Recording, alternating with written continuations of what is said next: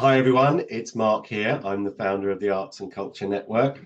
We're currently over 142,000 strong, and in our main group, we're rapidly approaching 100,000 registered members, which is very exciting. We're A getting lot. about we're getting about 150 new members applying to join the groups every day at the moment, which is fantastic. So, but this is the best bit of the gig for me. This is where I get to introduce you to one of our full members, and I'm joined today by Chris Grimes. Chris, thank you so much for joining me today, and thank you for being one of our full members. You're extremely welcome and delighted to be here. Excellent. So you're Bristol based. Yep. I've had the pleasure of your company in the past. Most of our members won't have done. So why don't you set the scene for us? I was fascinated by the conversations that we've already had, and I know you've very kindly advised Isabel as well, which was very kind of you. So tell us about your superpower and your passions. Well, my superpower is storytelling. I'm a drama teacher, actor, and comedy improvisation performer by training and background. And over the years of my career trajectory, I've moved from bringing, I'm basically, I do all of those things.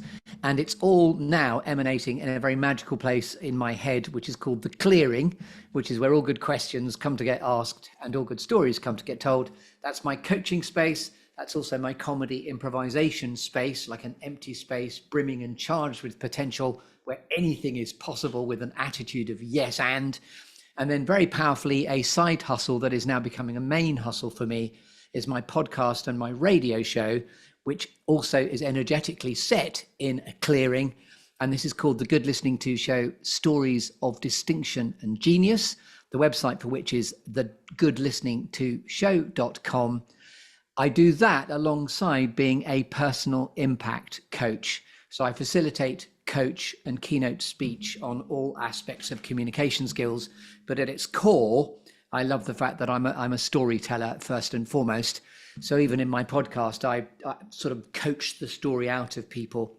So I'm on a particular cut and thrust to help businesses the world over tell a less dull, less transactional, warmer and more authentic story through the Good Listening To Show, Stories of Distinction and Genius.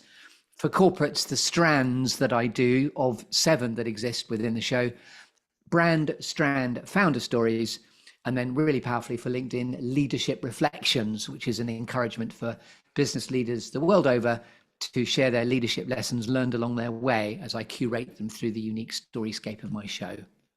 Brilliant. You're clearly a storyteller, because that was a wonderful summary of all of the wonderful work that you do. And I'm looking forward to our reciprocation, where I'm going to be on the receiving end, which I'm looking forward to enormously. Yes, in fact, I'm really looking forward, Mark, to having you in the show. So you will be very, very welcome indeed in my clearing in a few weeks' time. I love it. The clearing, the space that questions prefer. I love that. Yes, you gave me that when we were riffing on it, and I thought it was such a lovely reciprocal exchange. Yeah. And of course, one of the Brilliant. psychologies of influence is reciprocity. And I think your network is brilliant at reciprocating capability and talent, as you said, on a global scale. Yeah, it's great fun. My superpower seems to be connecting people, and my passion is the arts and culture and the good we can do in a difficult world. So, and the fact Oh, and that, talking of arts and culture, sorry to interrupt you. I'm very excited because in 6 sleeps time, I'm you know that expression, you couldn't organize if you don't mind me saying this, a piss up in a brewery. I'm yeah, actually organizing one.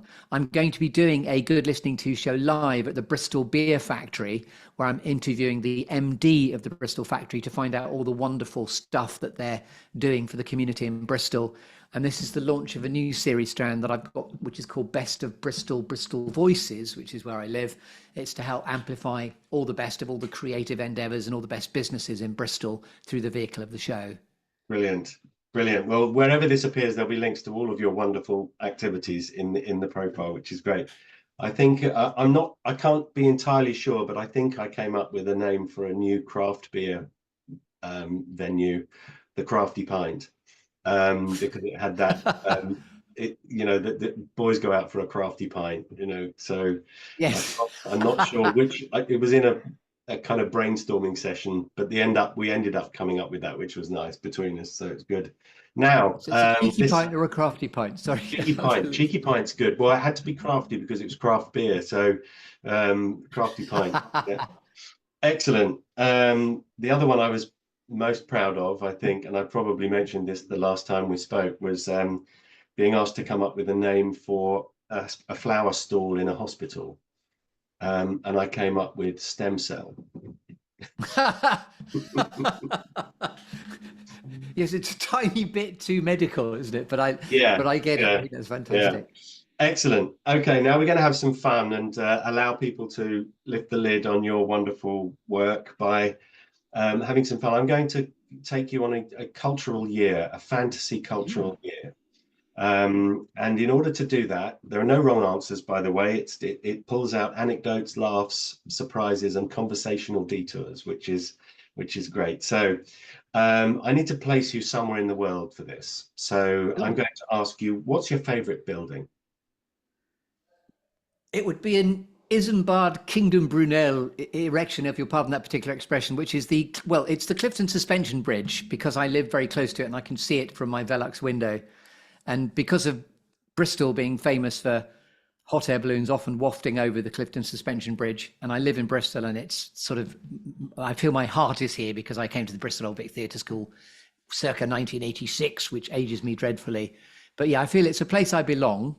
If it wasn't for the Clifton Suspension Bridge, I would have said somewhere like the South Bank. Oh, right. You've actually pulled up. Yes. There we go. Wonderful. I know it well. Fantastic. There he is. Good bit of Googling there, Mark. You're straight on. Yes, there. I'm there already. Excellent. So I'd like you to imagine that there is a pop-up cafe at one end of the bridge. Okay.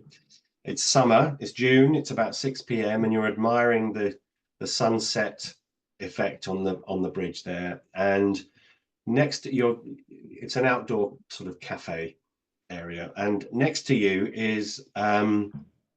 By the way, there is actually a tuk-tuk coffee enterprise that's at the end of the bridge. So I was there. Completely. You're there. And at the other end of the bridge, there's the Avon Gorge Hotel, which has a veranda overlooking the valley. So sorry. Yes. Which would you like to be at? I'll stand next to the tuk-tuk. I'll take your first.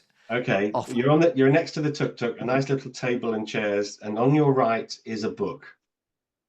Now, it can be a book that's been with you all your life, a book that's changed your life, a book that your favorite book, or it could be a recent discovery. What book might be sitting on that table next to you? Am I allowed to have a book within a book? Yes. As in two. I'm trying to say two books. Yeah. In the work that I do, I love How to Win Friends and Influence People, the Dale Carnegie book.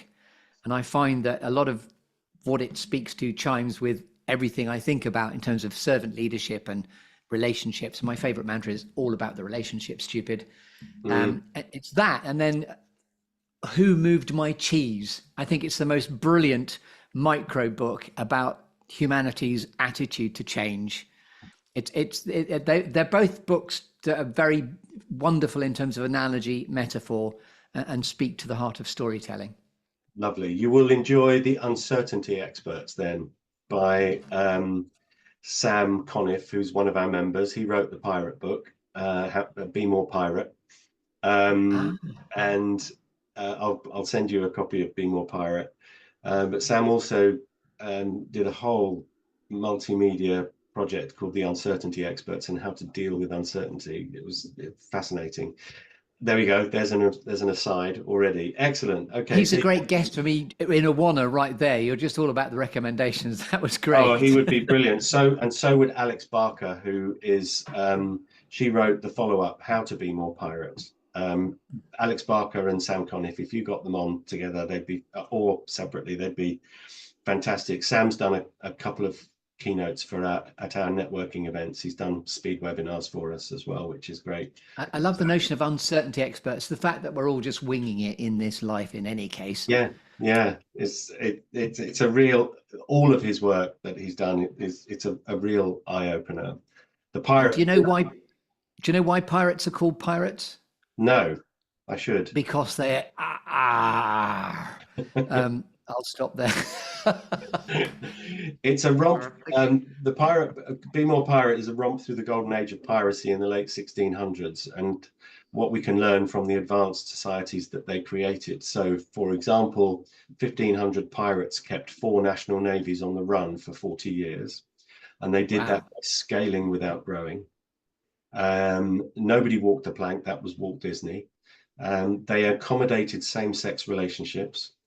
They created the welfare state, and they created the world's first globally recognized logo. Be So more pirate right there. I Be love More that. Pirate, yes. And it's a guide to how to cause good trouble, basically, which is great. So you'll enjoy that. I'll send it to you.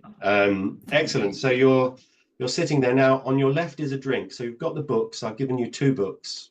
Sun is streaming down. You're at the end of the bridge. What drink is on the table next to you? You can have anything you like.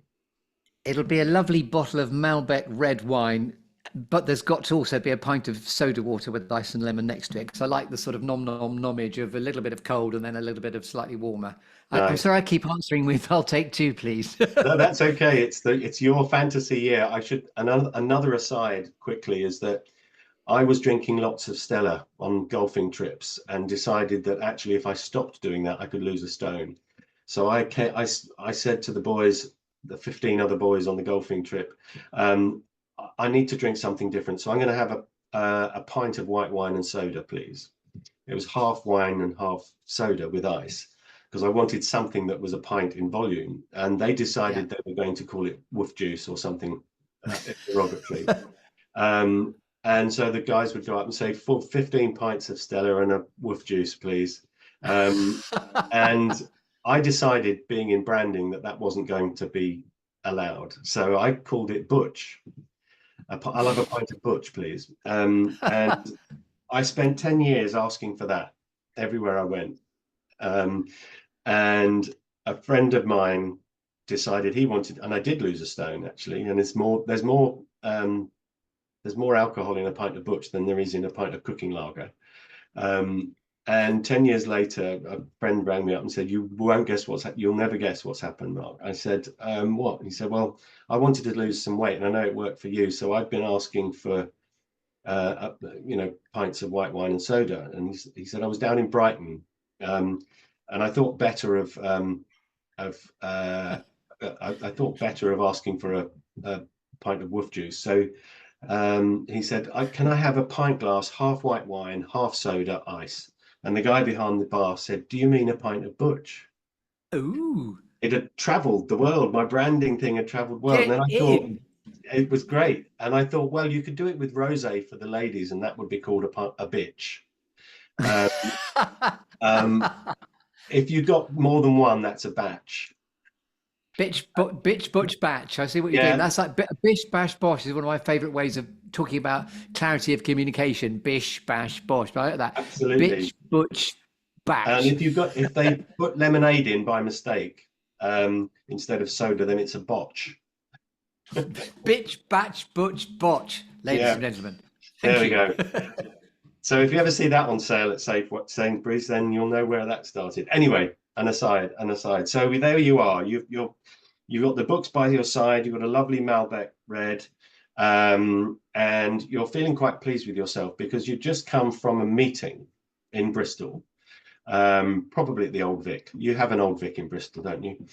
We Is there? do. The You Bristol do. Old Vic. I was at the Bristol Old Vic Theatre School, which is obviously affiliated to the Right. Bristol Old Vic. Well, there is a very wealthy Bristolian family foundation that like to fund research, and they've got wind of you and the work that you're doing, and they've decided they'd like to employ you for a year to travel to another country to Ooh, study the application of storytelling. Okay. wow. It's very well paid. There is a TED talk in it, a TV show, and a book. Okay. I'll take it. And it's first class all the way. All your personal admin is sorted. Friends and family can come and visit you during the year if you wish. Everything's sorted. All you've got to do is decide which country you'd like to do this work in. Ooh, what a great question. Wow. I At the moment, I think, well, sorry, I'm thinking there's two things. I keep being Mr. Binary. There's two things. I'm very enamored by South America of late, just in going, oh, I'd love to go there. But also, I grew up in Uganda, so I'd be quite interested in doing the African countries as well. Going to have to ask you to choose. Yes, I'll go back to being based in Africa. Okay, so Kampala. Yes, Ginger. Right. Yes, Kampala, absolutely. Right. So you're on the plane, okay, from Heathrow to Kampala. You turned left as you got on the plane because you're traveling first class. Of course, Compliment I am. Family Foundation.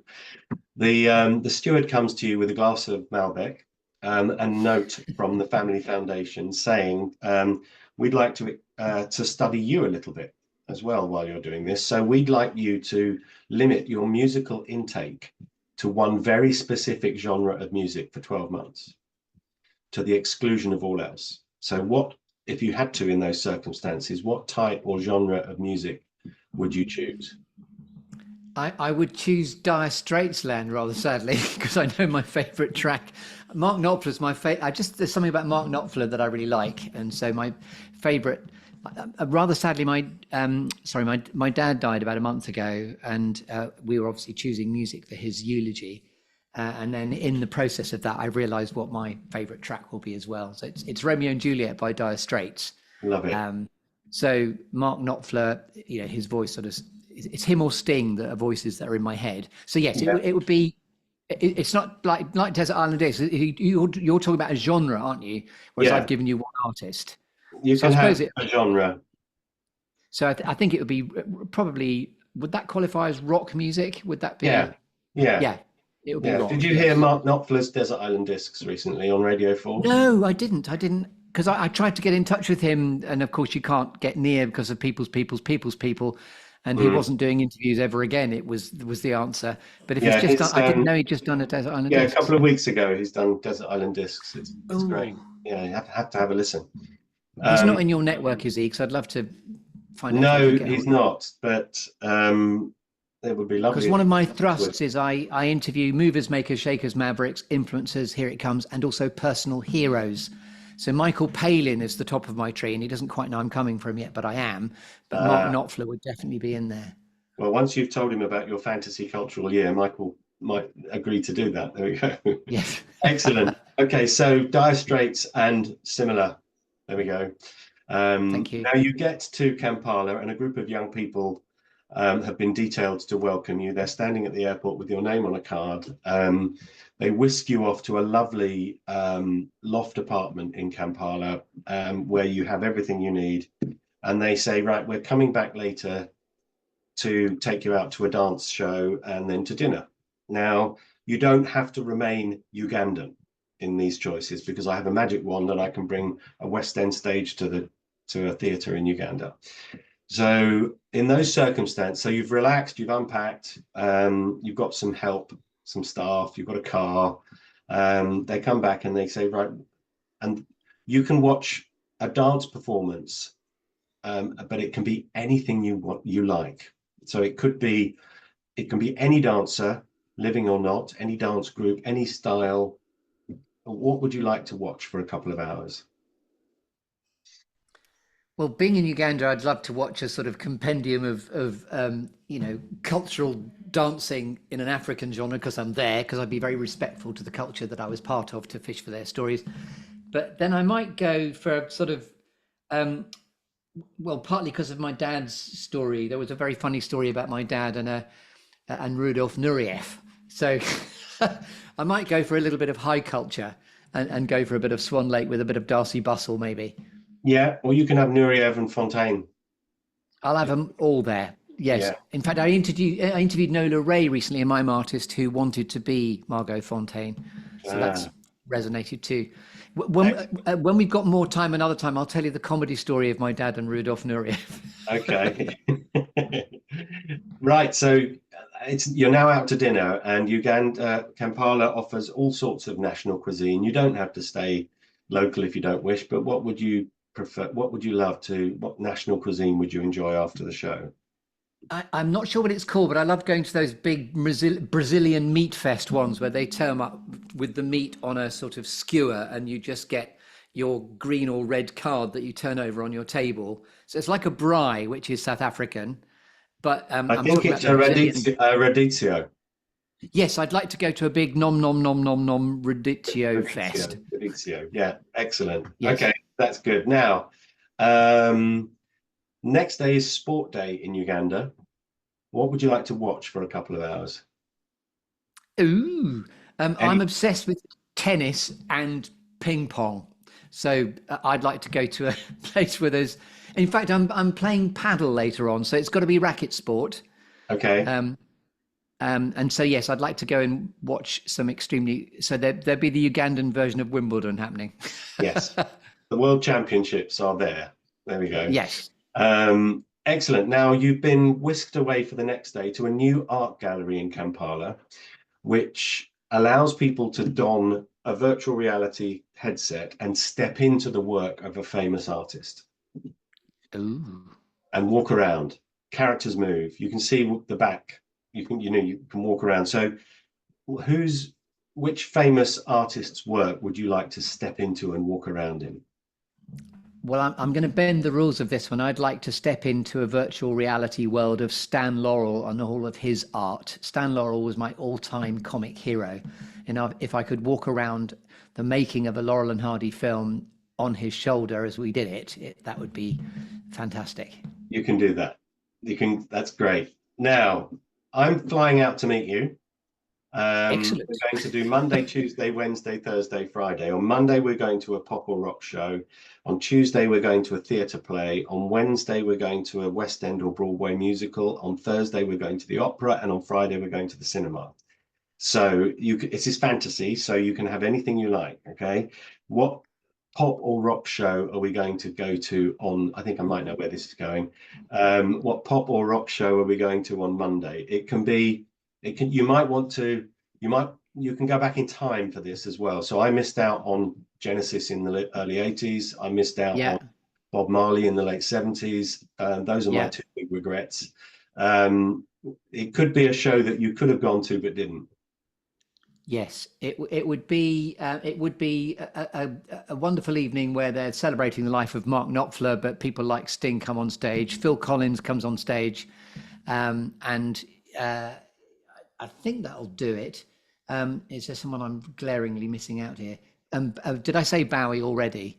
Because No, you didn't, but David Bowie has to be there, right. and Okay. Elton John and And Rod Elton Stewart. John and Rod Stewart. You can have them Yes. all. What about a theatre play on Tuesday? Probably a really, really good production of Les Mis, which is that are we going to a musical separately? We're doing the musical separately, so that will Oh be yes, so that'll be the. Sorry, I've jumped the gun. So it'll be something of the caliber of probably yes, going to see Hamlet with someone like back in the day, someone like I'd like to go and see probably Laurence Olivier playing Hamlet. okay. You can have that. So we've done the musical Les Mis. I saw that when it was at the Barbican. Me too. Yeah. Opera. Are you an opera buff? Yeah, not so much. I've not seen many. You've just made me think of Alfie Boe. He's somebody else I'd love to have on my show as well because I love Bring Him Home.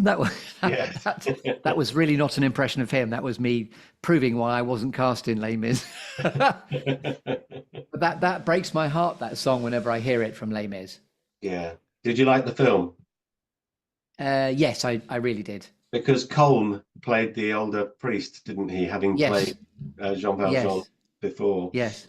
So Les Mis, excellent. My sad story of a missed opportunity in investment, because obviously Les Mis has done so well. I remember in 1987 seeing the Riverdance performance at Eurovision. I think a few days later, the producer left her job at RTE and started the company and advertised in the stage for Angels. And I didn't have £10,000 at the time, but I could have invested £10,000 in Riverdance in In Michael Flatley's Not Very Flat Feet. Yes. Yes. A friend of mine did have £10,000, and they became an angel in 1987, and they've taken £100,000 out every year since. Good grief. Yeah. Wow. That's So don't forget to pass me those opportunities that you're going to take up next time. Yeah, don't yeah, forget your exactly. old mate Chris. Yeah. And finally, a film. Did we do opera? Did we do opera? Did we do opera? Yes, opera. I went down an Alfie Boe avenue. So Yeah. opera, not so much. But you can surprise me and take me to an opera of your choosing. I think it would I'll happily see. Puccini's Tosca. I think that would be. Yeah. Yeah, I love that. And a film for Friday. Film for Friday would be a Laurel and Hardy short, followed by Monty Python's Life of Brian. Brilliant. I love it. Now we're nearly there. Your next, I've booked a restaurant in Kampala for a couple of hours. Top Michelin star restaurant in Kampala. You can invite anybody, any single person, living or not, and they will come. Well, it would have to be Stan Laurel. Yeah, Stan Laurel. Yes. Yeah. Okay. Now, slight twist to this one. Who do you think Stan Laurel would want there? Me? No, not no. Who would he'd probably want Babe Hardy there. He'd want his old wonderful friend. Okay. Oliver Hardy. And who would he want there?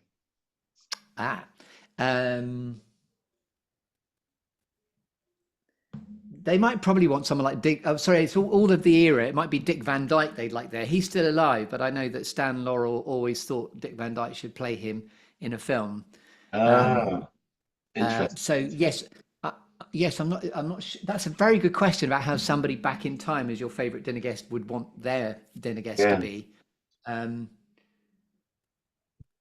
I know that in vaudeville, Stan Laurel learnt from his dad, so he might want his dad back for a final meal, which nice. I would.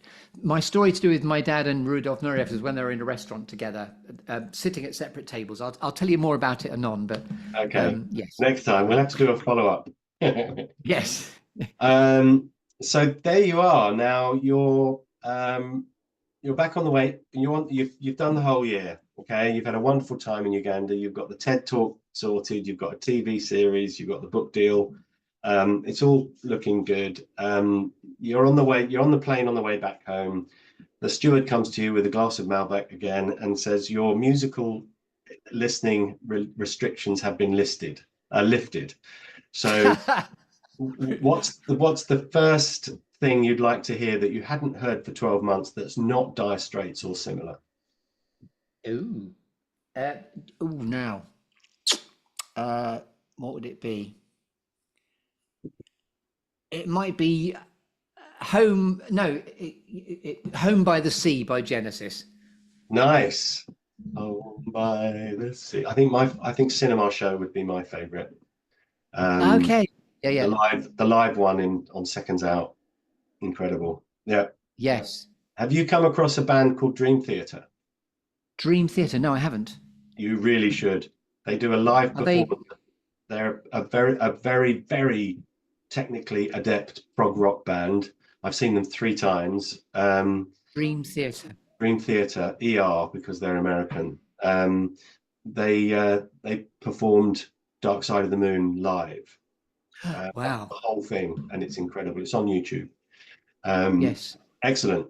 So there you are. You're back home. What did you listen to, by the way? What was the first thing you listened to when you were given the chance that wasn't Dire Straits or similar? Well, wasn't that that was the Genesis Home by the Sea? Of course, yes. Sorry. Yes. Yeah, no, that's fine. Excellent. There you go. Did you enjoy? Very good. That was a wonderful cultural waft of a week. I wasn't expecting in Kampala, and you kept me in the manner in which I'd love to become accustomed. Yes. Now we're going to do a quick fire this or that game. Okay, I'm going to give you 2 options. You have to choose one. Okay. Sparkling or still? Sparkling. Mac or PC? Mac. Tea or coffee? Coffee. Radio or television? Television.